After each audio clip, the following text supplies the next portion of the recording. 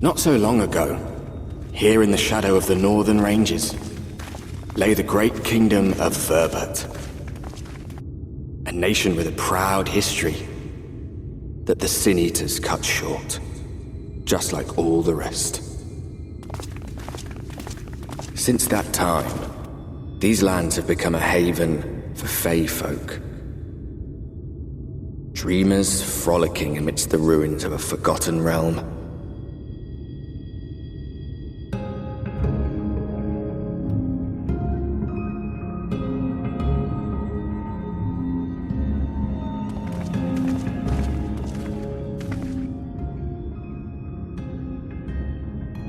We should be safe enough here.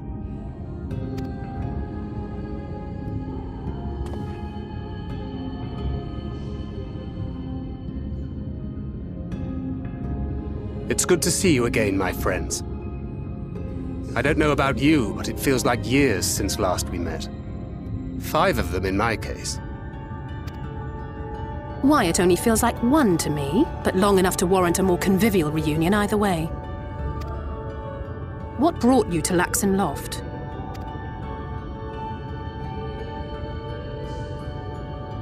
The girl, Minfilia, she and I were traveling together, hunting Sin Eaters. But as we were nearing Lakeland, she abruptly ran off on her own.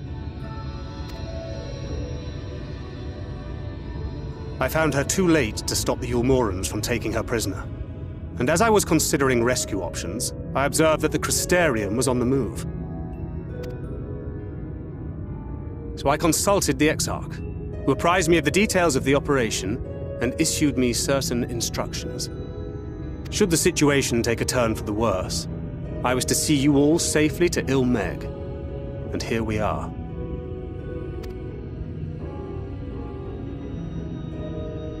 Orianger has called this place home for a while now. Yet we have never called upon him, I am ashamed to say. 'Twas only at the Crystarium that we met. Hardly surprising. This is not the sort of place one visits on a whim.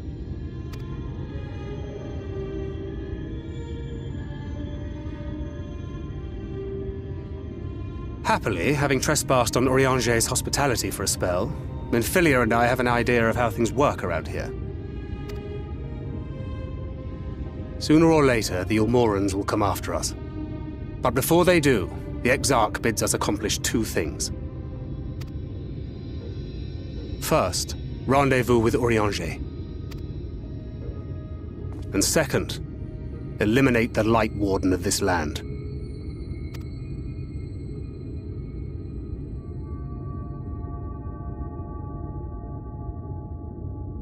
So, Minfilia. What made you leave Thancred behind, if you don't mind me asking?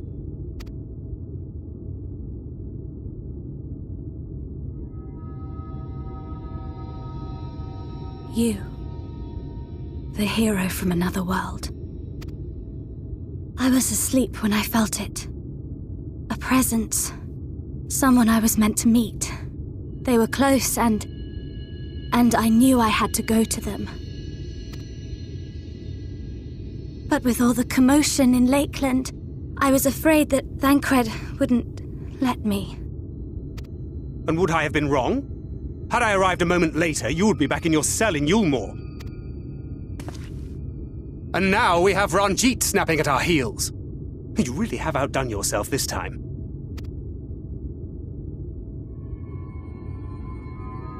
I'm sorry. Thank you for saving me.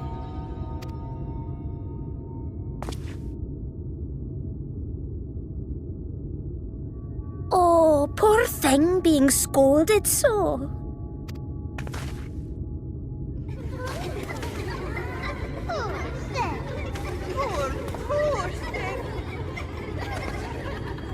Who said that? Show yourselves.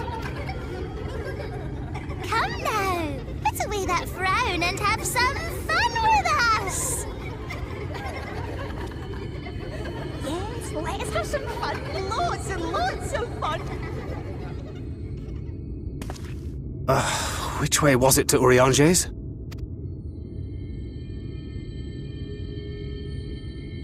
We've been there so many times, but I can't. can't. Why can't I remember? Damn it all. We're already caught in their spell.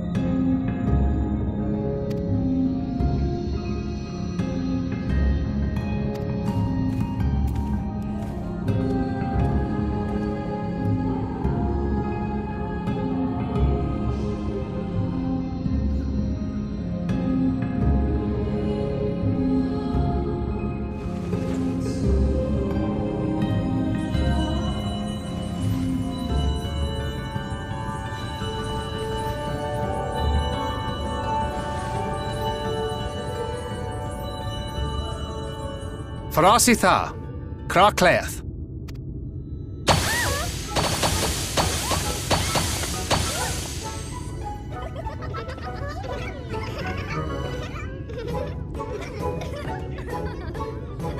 No! We're found! How did this mortal know our trick? Wait! I recognize their souls! These two have been here before! Look! Twins! How adorable! Oh! Plea with us! We have neither the time nor inclination to play. We have come to see Urianger. Oh yes, Urianger, the peculiar one. In return for a place in Mheg, he agreed to a riddle contest with us for 7 days and 7 nights without any sleep.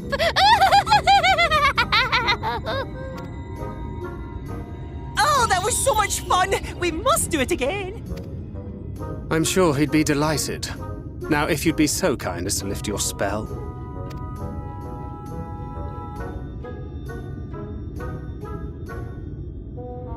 Shall we? Should we? Would we? What now? I don't know, but this is their home, so we must indulge them.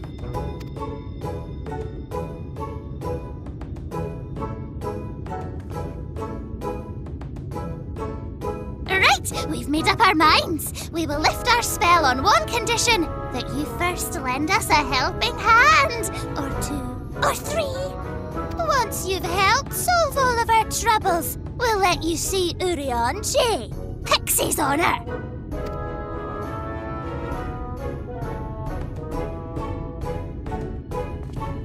Well, there you have it. Pixie chores. I suggest we split up.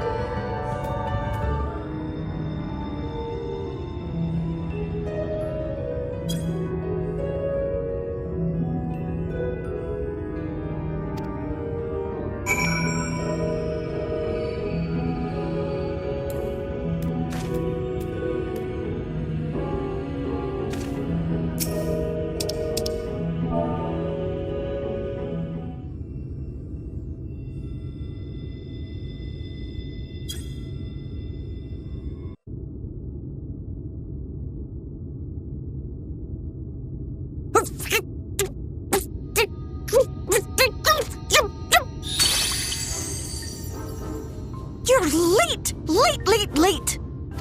I've been waiting for you to summon me ever since you came here. Waiting and waiting and waiting. But my sapling didn't so much as utter my name. Such a heartless thing he is. Cold and cruel and heartless!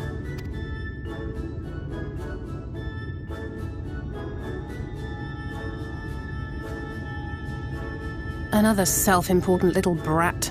Just what we need. Reminds me of my childhood.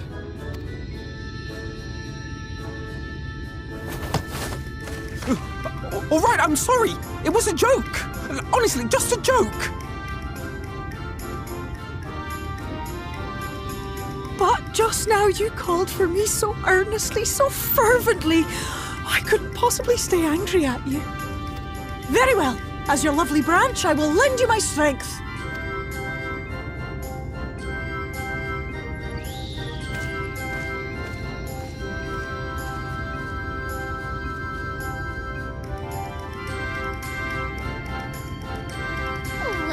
Well. If it isn't Theo the mould Theo. It's been too long. Not long enough for you to think of any new games, though, apparently. If I were you, I'd be bored of myself. Now let me make something clear. That mortal is mine. No matter what you do, he will never be yours. Never, ever! Oh, not even a bit! But what about the others? Surely we can keep them? No! You can't keep them either! They're for my amusement and mine alone! And if you lay so much as a finger on my sapling, I'll scatter the contents of his bag all over your precious village. There'll be cold, hard metal, furry, festering food, stinky, sweaty small clothes, and all manner of other terrible, unmentionable things. How would you like that,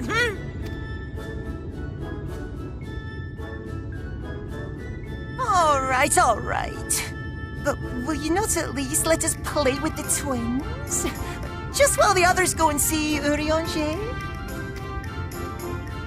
Aye, that's all we ask. And we promise we'll play nicely. It seems we won't be joining you. Aye! We'll reveal the hidden Fernic to you at once.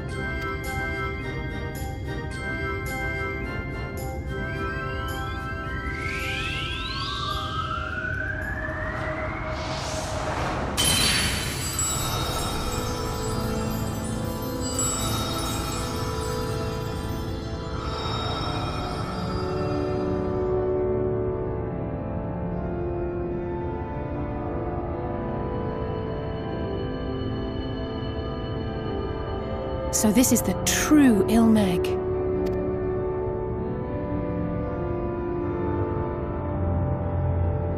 How are you feeling? Better. I think I remember the way now. Apologies for the delay. Shall we go and see Urianger? Your lovely branch is useful, yes? So whenever you're in trouble, you must remember to make use of me!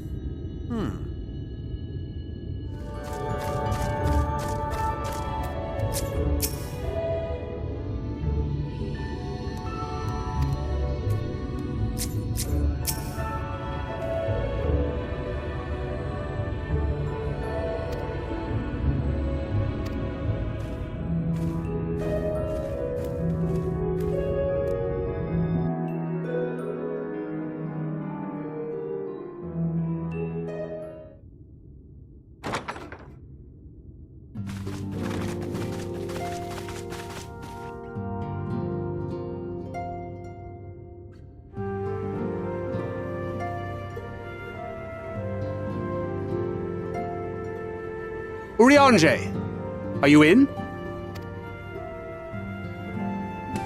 Unto a world weary of heroes, a hero wends his way. The Exarch did send word that thou wouldst seek me out, but ne'er did I imagine thou wouldst arrive so soon.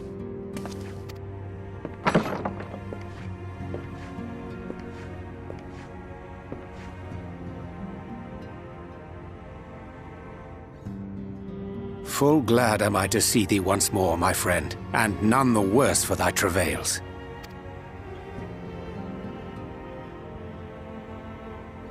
Run along, Minfilia. We will meet you outside. But... Another one for you to imbue, if you'd be so kind.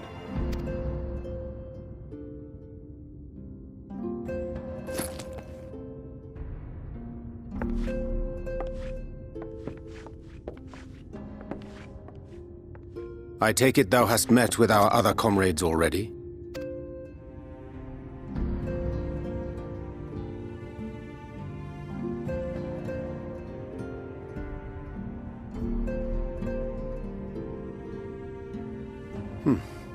That Master Alphino and Mistress Alize now travel in thy company is of great comfort to me.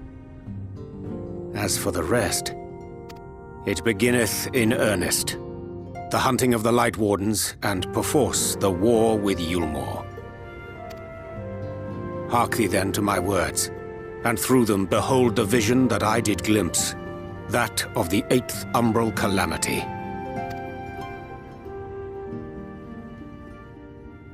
As I drifted hither to the first, traversing the boundary twixt reality and potentiality, I did bear witness to events yet to come.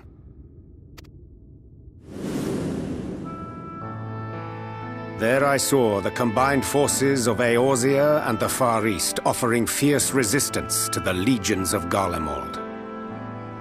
So fierce, in fact, that they did begin to push the enemy back. Ilm by painful ilm at first, then Yalm by Yalm, and Malm by Malm in time. Yet the joy they felt was short-lived, for in so doing they did force the Empire's hand. Faced with defeat, the Garleans turned to a weapon most vile: Black Rose. Its potency defied all reckoning. Once released, the gas took on a life of its own, wreaking untold carnage not only in Eorzea, but in the provinces of the Empire besides. From fighters upon the front lines to babes in their beds, none were spared. And as the casualties became too numerous to count, so did the fabric of civilization begin to unravel. Nor did the land itself escape unscathed, for spreading from the site of its release, Black Rose brought death to the very soil. To survive amidst the chaos and upheaval, men came to live by the sword, the rule of law giving way, inevitably, to the rule of might. Thus was the spark struck and the fire kindled, and swiftly did it spread as a blaze in a field of straw to engulf every corner of the world. Nations worthy of the name did then cease to exist. And those souls brave and true who might have risen to restore order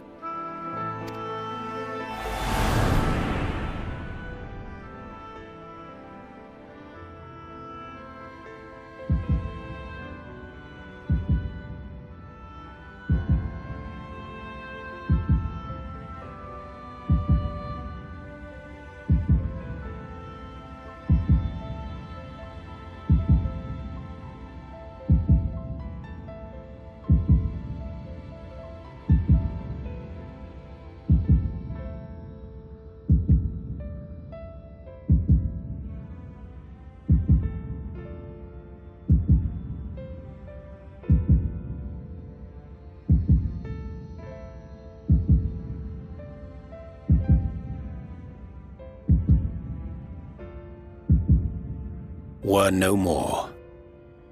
for the weapon spared not one, not even thee.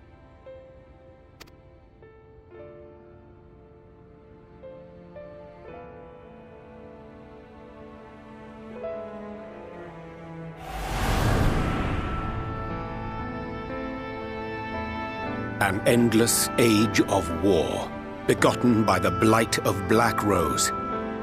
Such is the legacy of the 8th umbral calamity which I did behold.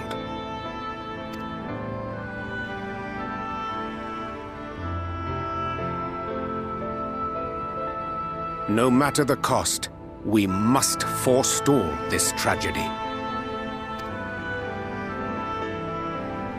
To that end, I have labored during my sojourn in this world, discovering in so doing the answer to a pressing mystery. That of Black Rose's inexplicable potency. Come.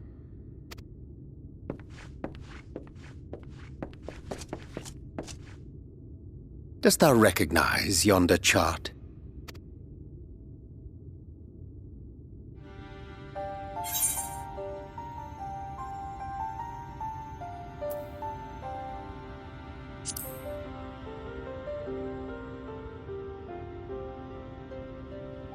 Indeed. 'Tis a rendering of the elemental wheel, such as one might find in classrooms across the source. As the chart maketh plain, our world is composed of 6 elements, in addition to which there exist 2 poles in fundamental opposition. Astral, the active; umbral, the passive. As a reflection of the source, the first naturally compriseth the selfsame forces. Yet, curiously, there is a notable divergence in their nomenclature.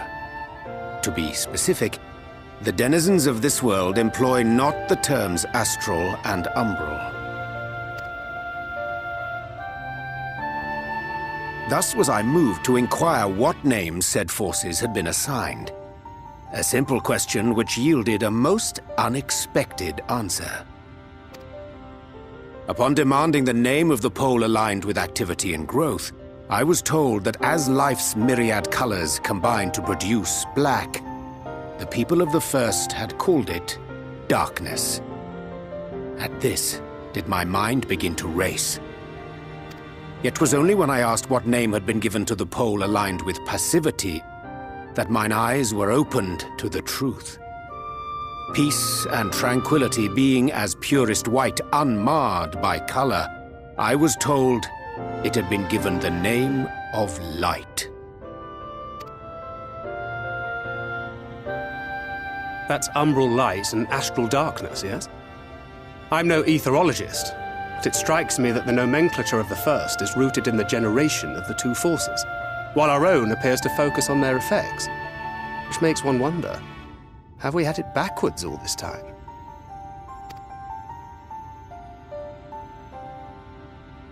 "'Tis indeed a compelling question, and one which beareth closer examination. Yet what knowledge we already possess sufficeth to explain the chain of events. The phenomenon of etheric thinning observed in the source is the consequence of light, the power of stasis, flowing in from the first to stifle the movement of ether within the land. And according to Master Alphino, Black Rose slayeth by halting the circulation of ether within living beings. Should such a weapon be unleashed even as the first were rejoined, replete as it is with light, we would have a disaster of untold proportions on our hands. A calamity. Well, at least we have a better grasp of what we're facing. Our objective, however, remains unchanged. We are to eliminate the Light Warden of Mheg. Speaking of which, were you able to ascertain its whereabouts? Aye. 'Tis all but certainly ensconced within Leagir, the castle which standeth in the midst of the lake. To enter said stronghold, we must needs turn to the Pixies for aid. Fortunately, I have become quite adept at courting their cooperation. Henceforth shall I accompany you, and do all in my power to ensure that my vision doth not come to pass.